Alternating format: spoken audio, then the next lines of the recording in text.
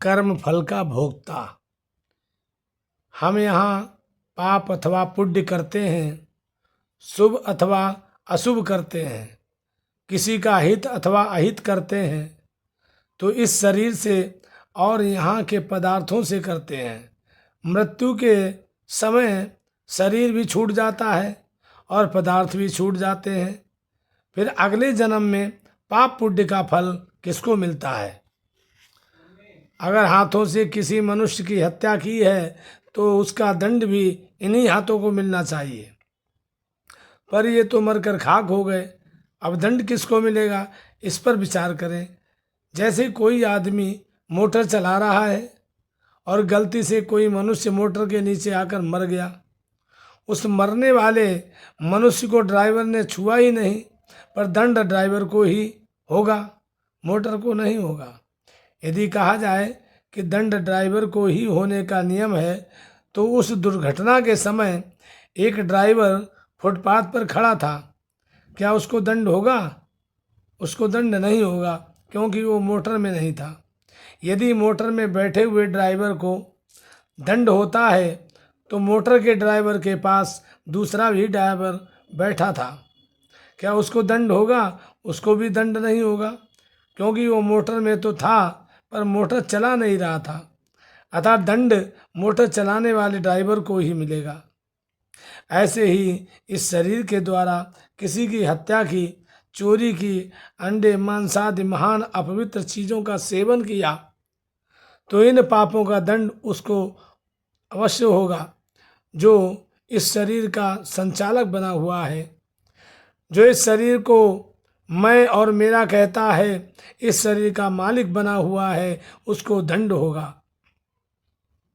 ये शरीर मोटर की तरह है, एक रहने की जगह है। ये शरीर मैं नहीं है। हर एक मनुष्य शरीर को मेरा कहता है, जैसे हाथ मेरा, पाँव मेरा, कान नाक जीभ मेरी, सीना मेरा, पीठ मेरी, पेट मेरा, गर्दन मेरी, मस्तक मेरा, रक्त मेरा, आदि आदि।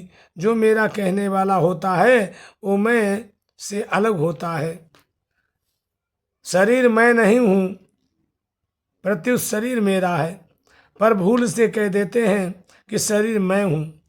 विचार करें, जब एक एक अंग मैं नहीं, फिर पूरा मिला हुआ मैं कैसे?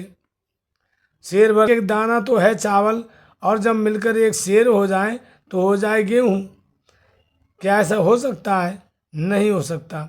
इसीलिए शरीर मैं नहीं है, पर भूल से इसको मैं मान लेते हैं। शरीर तो यहीं पड़ा रहता है और इसको मैं और मेरा कहने वाला चल देता है और पाप पुण्य का फल भोगता है।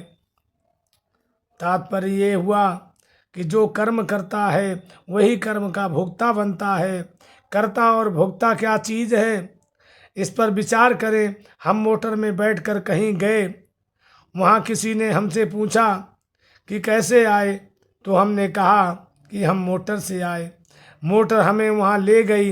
यदि हम मोटर में ड्राइवर को ना बैठाएं तो क्या मोटर हमें वहाँ ले जाएगी? नहीं ले जा सकती। ड्राइवर हमें वहाँ ले जाता है।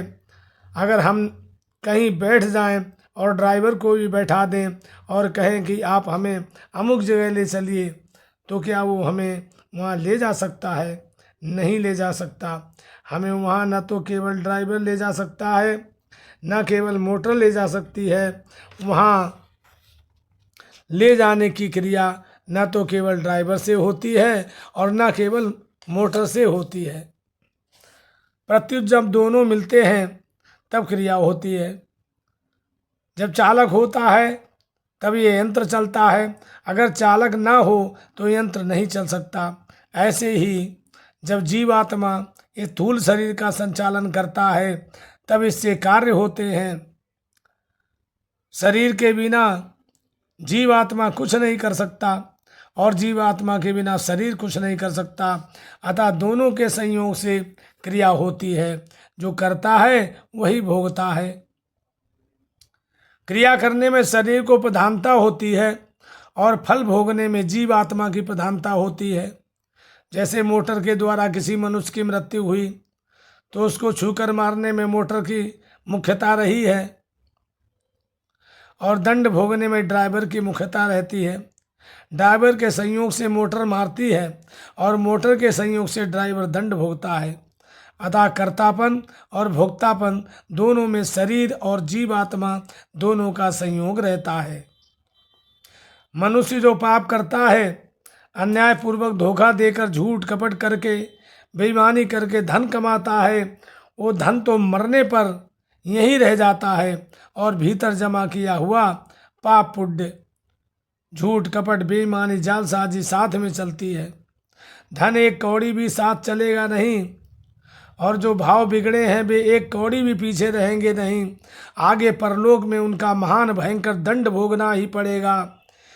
यहीं रह जाने वाली चीज़ों के लिए मनुष्य साथ में चलने वाले भाव को बिगाड़ लेता है और कहलाता है कि बड़ा बुद्धिमान है। कितना काम कर लिया, थोड़े दिनों में लखपति बन गया, करोड़पति बन गया, परंतु साथ चलने वाली पूंजी को महान बिगाड़ लिया। अगर यही बुद्धिमानी है तो मूर्खता किसका नाम धरे। यही छूट जाने वाली चीज़ों के लिए साथ में चलने वाली चीज़ें बिगाड़ लें, ऐसा अंधेर हमारे भारतवर्ष में नहीं था। शिव दधीच हरि चंद्र नरेशा सहे धर्म हित कोटि कलेसा। राजा शिविर ने शरणागत की रक्षा के लिए पहले अपने शरीर से मांस काट कर दिया और फिर पूरा शरीर ही दे दिया। दधीची ऋषि ने अपनी हड्डियां दे दी, राजा हरिश्चंद्र ने अपना राज्य दे दिया, परंतु उन्होंने अपने भीतर के भावों का नाश नहीं होने दिया। जो चीज़ें साथ में नहीं रहती उन नाशवान चीज़ों को दूसरों के हित में लगाकर उन्होंने साथ में चलने वाली बढ़िया पूंजी संग्रहित कर ली। वे बड़े चतुर और समझदार रहे क्योंकि उन्होंने छूटने वाली चीज़ को छोड़ दिया और साथ में रहने वाली चीज़ का नाश नहीं होने दिया। भीतरी भावों का सुधार जरूर होना चाहिए। आजकल लोग भीतर की चीज़ों के बिगड़ने की परवाह नहीं करते। भीतर से चाहे कितने ही काले हों पर बाहर की इज्जत आबरू पोजीशन ठीक बनी रहे, समाज में अच्छे कहलाते रहें। कोई उनके दोषों की तरफ दृष्टि करे, उनसे पूछे कि आप कैसे हैं, तो वे कहते हैं कि ये हमारा व्यक्तिगत जीवन है। यदि व्यक्तिगत जीवन बिगड़ेगा तो समाज कैसे अच्छा रहेगा। समाज भी पूरा का पूरा बिगड़ जाएगा, क्योंकि व्यक्तियों से ही समाज बनता है, अतः व्यक्तिगत सुधार से ही समाज का सुधार हो सकता है। भीतर के भाव न सुधार कर बाहर के सुधार की बड़ी बड़ी बातें बनाएं, व्याख्यान दें और लोग भी प्रमाण पत्र दे दें कि बहुत अच्छा है भाई, तो इससे लाभ क्या होगा। तुलसी सो नर चतुर है, राम भजन लवलीन, पर धन पर मन हरण को बेस्या भी परवीन। वास्तव में चतुर वही है जो भजन कर ले, अपने भाव को शुद्ध बना ले, अपनी आदत अच्छी बना ले।